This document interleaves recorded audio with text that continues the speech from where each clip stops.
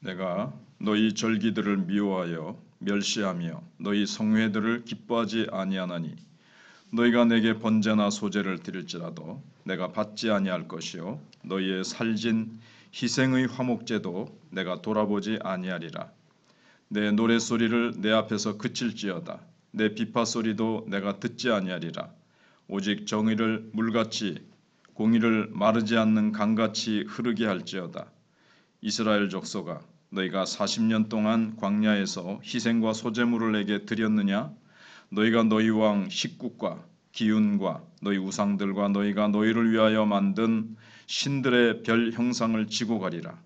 내가 너희를 다메섹 밖으로 사로잡혀 가게 하리라. 그의 이름이 만군의 하나님이라 불리우는 여호와께서 말씀하셨느니라. 아멘. 하나님께서는 이스라엘 백성들이 제사를 많이 드렸지만 그들의 그 현실적으로 닥친 문제를 해결하는데 전혀 도움이 되지 않는다고 말씀하십니다. 그래서 21절부터 보시면 내가 너희 절기들을 미워하여 멸시하며 너희 성회들을 기뻐하지 아니하였다. 왜 그렇겠습니까? 형식적이고 삶은 전혀 반대로 살면서 제사만, 지금 하면 예배만 형식적으로 드리고 여기 번제나 소제를 드릴지라도 받지 아니하신다. 살진 희생의 화목제도 내가 돌아보지 아니하리라. 앞에서 나온 대로 가난하고 약한 자들의 가산을 삼키고 공법을 정의를 완전히 반대로 자기의 이익을 위하여 사용하는 그런 삶을 살면서 그러니까 하나님도 바로 만나지 못하고 제단 앞에까지는 오지만 제사는 드리지만 교회로 하면 지금으로 하면 예배당에는 오지만 하나님 앞에 나오지는 못하는 겁니다. 예배당에는 나오지만 하나님을 만나지 못하고 가버리는 겁니다. 그래서 하나님을 만나지 못하니까 그 안에 무슨 기쁨과 성령의 능력이 있겠습니까? 그러니까 그렇게 살아갈 삶의 능력도 없게 됩니다. 그래서 내 노래소리를 내 앞에서 그칠지어다. 그리고 또 말씀드린 대로 제사는 하나님의 말씀을 듣기 위한 준비 과정입니다. 근데 제사만 드려놓고 말씀은 안 듣고 하나님의 뜻은 무엇인지 깨닫지도 못하고 그냥 삶은 자기 마음대로 자기의 이익을 취하면서 우상 숭배하면서 살았다는 거죠. 그래서 내 비파 소리도 내가 듣지 않겠다고 말씀을 하십니다. 이스라엘 백성들은 예배를 완벽하게 잘 드리면 하나님께서 기뻐하실 줄 알았습니다. 근데 하나님께서 원하시는 것은 완벽하게 이렇게 준비된 형식적인 예배, 뭐 훌륭한 음악이 여기 지금 뭐 어떤 큰 교회는 막 오케스트라도 막 동원하죠. 악기를 다룰 줄 아는 사람이 워낙 많아가지고 그 여기 뭐 비판이 뭐니 막 나옵니다. 그래서 막 음악 악기를 많이 동원하고 그 열심히 연습을 해가지고 거의 완벽한 예배를 드리면은 하나님이 기뻐하시지 않겠느냐. 그런데 그렇지 않다고 말씀하십니다. 예배 자체가 좀 시끄럽고 소란스럽고 뭐 질서가 조금 부족해도 하나님 앞에 정말 상한 심령을 내놓고 하나님 앞에 죄악을 토해 놓으며 간절히 하나님을 찾고 하나님을 알기 원합니다. 사모하는 심령으로 가난하고 낮아진 심령으로 주님 앞에 나오는 것을 원하시죠. 그래서 다윗이 주께서 막 천천만만에 뭐 그거는 이제 뭐 다른 그 말씀에 나오지만 다윗이 많은 짐승을 잡아드렸지만 하나님이 뭐 그런 기름진 것을 기뻐하시겠습니까? 하나님 상하고 통회하는 심령을 주님께서 받으시리이다. 상하고 통회하는 심령을 드리는 것, 그걸 주님이 원하시는 거죠. 그리고 결단하고 실천하는 역동적인 예배를 하나님은 원하셨습니다. 예배는 하나님의 은혜의 감격에서 드리는 것이어야 되는 것입니다. 하나님의 거룩하신 앞에 내 죄를 쏟아놓고 치료받기 위해 드리는 것이어야 됩니다. 그런데 이스라엘 백성들은 우리가 이 정도로 정성을 다해 예배를 드리면 하나님도 이만큼은 복은 주실 것이다. 이런 계산적인 예배를 드렸죠. 그게 바로 이방 종교입니다. 다른 종교에도 다 그렇습니다. 내가 이만큼 정성을 지성을 드리면 신도 감동해서 이 지성에 따르는 뭔가를 주실 것이다. 조건부. 그런데 성경은 그렇게 말씀하고 있지 않습니다. 뭐뭐를 하면 이렇게 하는 것이 아니라 하나님 편에서 먼저 우리를 사랑하셨고 하나님 편에서 먼저 우리를 택하시고 은혜 베푸셨다는 것을 깨달아서 감격해서 주님 앞에 자원해서 이렇게 드리는 것이죠.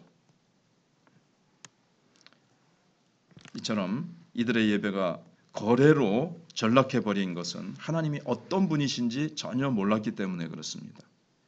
하나님은 우리가 도저히 섬길 수 없을 만큼 거룩한 분이십니다. 천사들도 얼굴을 가리우고 이사야 6장에 보시면 거룩하다 거룩하다 그렇게 합니다. 근데 우리는 하루 종일 하루 중에서도 얼마나 자주 우리의 생각과 우리의 마음이 하나님 앞에 온전치 못할 때가 얼마나 많이 있습니까? 그런데 우리가 어찌 그 거룩하시고 흠없으시고 천사들도 얼굴을 가리우는 그 거룩하신 주님을 만나서 예배드릴 수 있겠습니까? 우리가 할 수 있는 일은 상한 마음을 내놓고 하나님의 긍휼히 여기심을 간구하는 것입니다. 우리는 하나님과 거래할 수가 없습니다. 하나님의 존전에 우리 누더기 같은 우리의 의, 이걸 가지고 자랑거리를 늘어놓을 수가 없습니다. 그래서 이사야서에 너희 의는 누더기 옷과 같고 굴러가는 마른 낙엽과 같다. 그렇게 이제 말씀하시죠. 그래서 예수 그리스도의 의를 우리에게 입혀주신 겁니다.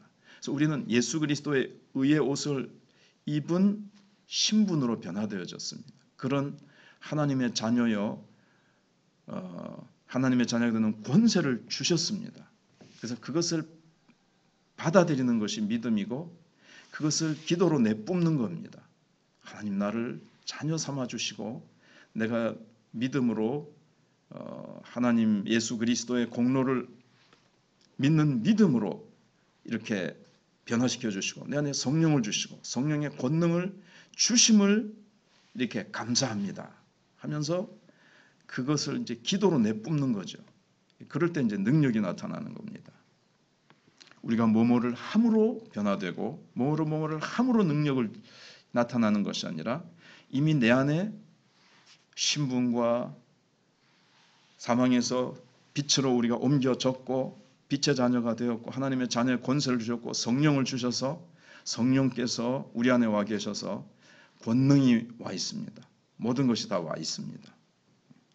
그래서 주님 앞에서 그거를 내가 믿고 내가 그것을 기도로 내뿜으면서 우리가 성령의 능력을 의지해서 나갈 때 하나님이 나를 통해서 나를 통로로 사용하시는 겁니다. 그래서 이 부족한 몸과 마음을 사용해서 하나님을 기쁘시게 해드리기 원합니다 하면서 나갈 때 이 부족한 입술로 또 찬양 드리는 겁니다. 이스라엘 백성들은 완벽한 찬양, 완벽한 예배, 그 형식적이고 그리고 이제 뒤에 또 나옵니다마는 우상 숭배를 했죠. 별신을 섬겼죠. 그래서 하나님이 원하시는 것은 5장 24절에 결국 오직 정의를 물같이 공의를 마르지 않는 강같이 흐르게 할지어다 이렇게 말씀하십니다. 이게 아모스 전체 주제입니다. 이스라엘 백성들이 왜 아수르로 끌려갔는가? 정의를 물같이 공의를 하수처럼 흐르게 하는 이것이 안 된 거죠. 이게 좀 사회적인 정의인데 그래서 팔레스타인에는 비가 1년에 2번 오는데 늦은 비가 올 때 이제 막 그 비가 엄청나게 쏟아져 가지고 강같이 이제 막 흐르는 겁니다. 하나님이 이제 그거를 딱 비유로 해가지고 너희들이 공의를 이렇게 늦은 비에 강한 이 강물줄기처럼 그렇게 흐르게 해라 하는 겁니다. 그런데 그들은 불법과 죄악으로 그들의 탐욕과 우상숭배 이런 것들로 공의를 다 막아버렸습니다. 공의가 흐르지 못하게 했습니다. 공의를 따라서 살려고 하는 사람들도 많았지만 그들은 뭐 가난하고 평범한 사람들이 많았거든요. 근데 소위 고위공직자라든가 좀 있는 사람들이 더 많이 가지기 위해서 가난한 자들의 간을 정말 빼내듯이 벼룩이 간을 빼먹듯이 그렇게 가난한 자들의 조금밖에 안 되는 그것들도 다 빼먹고 그걸 뺏었기 위해서 재판을 굽게 하고 공의를 막았습니다. 그래서 하나님께서는 이 예배를 아무리 잘 드려도 삶 속에서 공법을 막아버리고 탐욕 때문에 가난한 자를 괴롭혀서 그들의 재산을 빼앗고 이러한 이스라엘의 사회 잘못된 그런 것들을 하나님께서 그것부터 무너뜨리라고 이제 말씀을 하고 계십니다. 그것만이 이스라엘이 살 길이라고 주님이 이제 말씀하시는 겁니다. 근데 이제 단번에 이 사회가 이스라엘 사회가 의롭게 행동하는 공법이 하수처럼 흐르는 사회로 갑자기 하루아침에 변화될 수는 없습니다. 근데 누군가 물꼬를 터야 됩니다.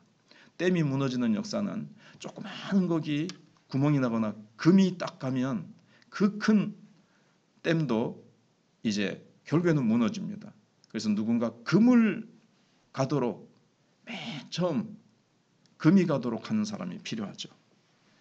정말 열정적으로 하나님 앞에서 주님의 말씀을 들으면서 하나님을 알아가기를 힘쓰고 주님 앞에 상하고 통회한 심령으로 나아가고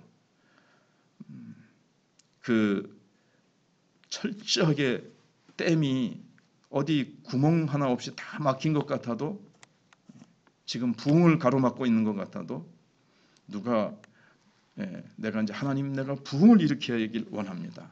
하나님 역사해 주실 줄 믿습니다. 하고 소위 막 미친 사람처럼 열정적으로 하나님 앞에 기도하며 하나님의 말씀을 붙들고 믿음으로 나갈 때 이 작은 나의 몸짓이 이 믿음의 몸짓이 그 큰 댐도 이제 균열이 조금이라도 이제 생기는 거죠. 처음에는 균열이 안 생기는 것 같아도 계속 내가 믿음으로 두드리면 거기에 이제 금이 가기 시작하면 이제 시간 문제죠. 시간이 쫙 흐르면서 이제 그 댐은 무너지면서 부흥의 물꼬가 이제 딱 터지면서 많은 사람들도 한 사람 더 한 사람 더 한 사람 더 한 사람 더 어제 장로님 말씀한 것처럼 엘리야 한 사람이 그렇게 했지만 사실은 또 무릎 꿇지 않은 우상에게 무릎 꿇지 않은 7천 용사를 남겨두셨다 그랬거든요. 그래서 그 남겨진 숨겨진 7천 용사가 같이 합세를 해서 이스라엘의 큰 부흥이 일어나듯 우리 교회도 우리 마천교회부터 참 큰 부흥의 홍수처럼 그렇게 공법과 하나님의 말씀대로 순종하는 것과 또 기도의 물줄기가 흐르고 말씀의 물줄기가 흐르고 성령의 생수가 강같이 흐르는 그 속에서 생수의 강이 흘러나리라 주님이 말씀하신 것처럼 믿는 자에게는 흘러나리라 그랬습니다. 뭐 특별한 사람에게 특별한 목사에게 흘러나리라가 아니라 믿는 자에게 그래서 믿음으로 성령의 생수가 흘러나는 겁니다. 믿는 자에게는 그래서 우리에게 이미 주신 성령이 내 안에서 막힘이 없이 내가 여러 가지 죄와 불신앙과 의심과 원망과 불평으로 이 성령의 강수를 내가 방해하고 막지만 않으면 내 속에서 예수님을 인정하고 성령님을 인정하면 성령님은 내 속에서 강물같이 기쁨과 은혜와 능력이 흘러가게 될 것입니다. 기도하겠습니다. 하나님 감사합니다. 오늘 새벽도 저희들 불러주시고 기도하게 하시니 감사합니다. 우리가 믿음으로 고백합니다. 예수님이 십자가의 보혈로 내 죄 다 씻으시고 정결되게 되고 거룩하게 된 내 속에 좌정하시되 성령으로 좌정하셔서 이제는 나 사는 것 아니요 내 안에 그리스도께서 사는 삶이 되게 하시니 감사합니다. 내 안에 성령을 보내주셔서 의와 평강과 희락이 넘쳐나게 하심을 감사합니다.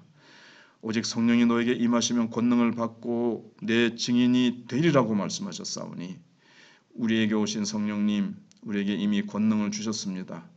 권능을 달라고만 하는 것이 아니라 내게 주신 권능 믿고 초대교회 성도들처럼 나아가서 복음을 전할세 그 따르는 표적으로 복음을 확실히 증거했다고 하는 것처럼 우리가 믿음으로 담대히 나가 복음을 전하며 또 손을 얹은즉 나으리라고 말씀하시고 새 방언을 말하리라고 말씀하신 것처럼 믿는 자에게 따르는 표적과 권세가 우리 사는 성도들에게 놀랍게 나타나게 될 줄로 믿습니다.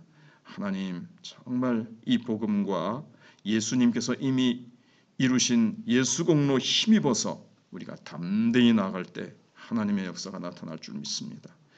이스라엘 백성들처럼 하나님 정말 하나님 앞에 잘못된 형식적인 예배가 아니라 예배당에는 나오지만 하나님을 깊이 만나지 못하고 그냥 얼굴 도장만 찍고 가는 예배가 아니라 우리 사는 성도들이 예배당에 나와서 하나님 보좌 앞에까지 깊숙이 들어와서 지성소 깊숙한 곳에 들어와서 이사야 선지자와 같이 성령의 은혜를 깊이 맛보고 부정한 입술이 제단 숯불로 태워지고 주님 앞에서 화로다 나여 내가 망하게 되었도다 하면서 내가 누구를 보내고 할 때에 내가 여기 있사오니 나를 보내소서라고 하는 자리에까지 나아가는 우리 마천교회가 될 수 있도록 성령의 크신 은혜가 저희들과 함께해 주실 줄 믿고 감사드립니다. 모든 오늘 하루도 함께 하시고 특별히 김정신 집사님 오늘 저녁에 또 오픈 감사 예배를 드리고 내일부터 또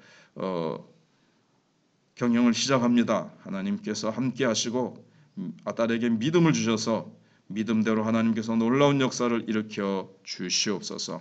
하나님께서 사랑하는 성도들 한 주간도 동행해 주실 줄 믿사옵고 예수님 이름으로 기도하옵나이다. 아멘.